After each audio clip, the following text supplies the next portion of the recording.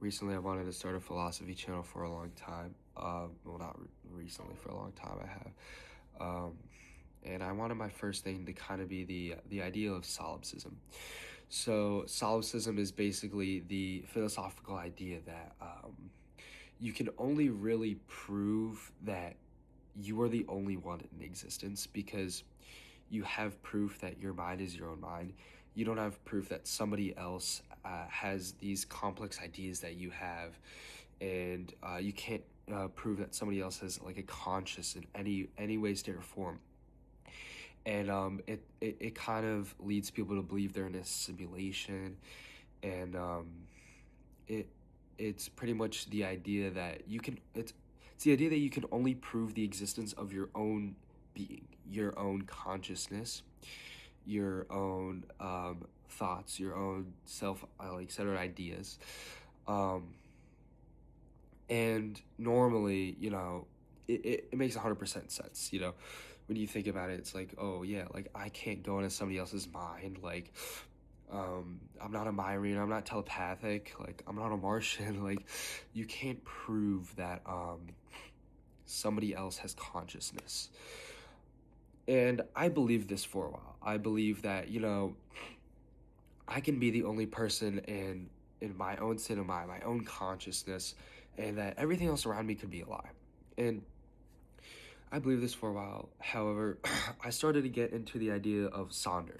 So Sonder is pretty much like a response to solipsism and a response to loneliness. And if you see me looking up here, I have notes. I'm not perfect. Nobody's perfect. I have laundry all over my bed over there. Nobody's perfect. Like, I'm gonna have notes. But it's pretty much, it's the realization that every single person you pass, every stranger you pass, every person you speak to, has a life that is just as complex, just as vivid, just as emotionally rich as your own. And it's hard to realize that, right? It's hard to understand that everybody else in the universe, well, not everybody in the universe, everybody on planet Earth, at least, has a consciousness like your own. You know, it's easiest to think about when, like, you're on a road, right? You're driving, you're going to some place, and somebody else might be going to the same exact place.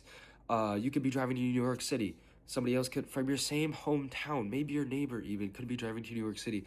And it doesn't solidify the idea of Sonder that, everybody has some sort of consciousness, everybody has this, everybody has that. But it's more of the idea that just the basic thought that somebody else could be having the same thoughts, the same idea, the same wanting to go somewhere, that they live in the same place as you, somebody goes to the same school as you, in the same class, has similar ideas, wears the same clothes, dresses similar, same hair type, you have the same skin color, similar ethnic, like, diversity. Like, it's crazy to think about, but people are similar to you for a reason. And you're not alone in the world, like what solipsism preaches. It's not just you. um there's other people that have thoughts, and some people can't think as much as you can. There's certain people in the world who can't verbalize thoughts in their head.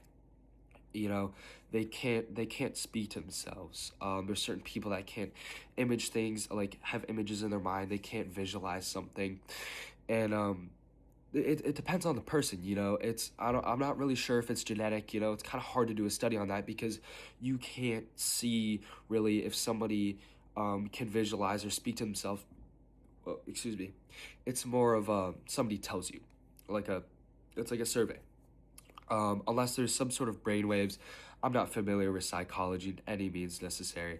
Um, but there could be some sort of psychological thing that's like those students do.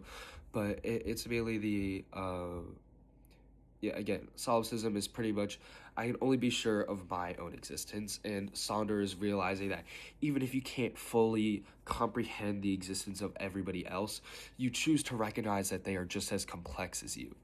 And it's very hard to get your mind around it. Sorry, I'm congested.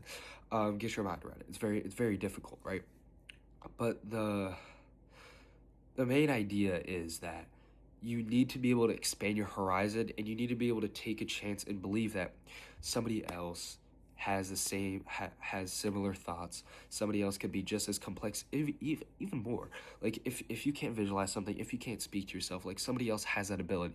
Somebody else could be smarter than you. That doesn't mean they're more complex. You're complex in your own ways. But I'm just saying, people have the same.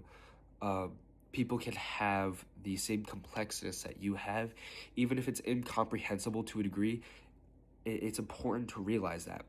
And solipsism, like the very very very extreme, is pretty much like, okay, I I'm technically the only person here because I can only explain my own personal thoughts, but everybody else who has done research on this, and the person who came up with solipsism, they have complex thoughts. So if you're having the same thoughts and you agree with the person who created solipsism, it's pretty much contradicting your own statement. And it's not, and solipsism is, it's saying people are more complex than you. It's saying people that can be just as complex or even less than you. Everybody's complex in their own individual way. And if everybody's like, sorry if the camera shifted, my fault, and my thing ended. But if everybody is complex in their own individual way, then that pretty much is just proving the idea of it. Because you relate to solipsism, and you could partially believe it to a certain degree, but you can't fully be the extreme of it, because there is no proof that like, you can prove that your own mind is complex, but you can't prove that your mind isn't less or couldn't be as complex as somebody else. That it's kind of a paradoxical, philosophical idea, because the idea of Sonder completely contradicts it. So the with the thought of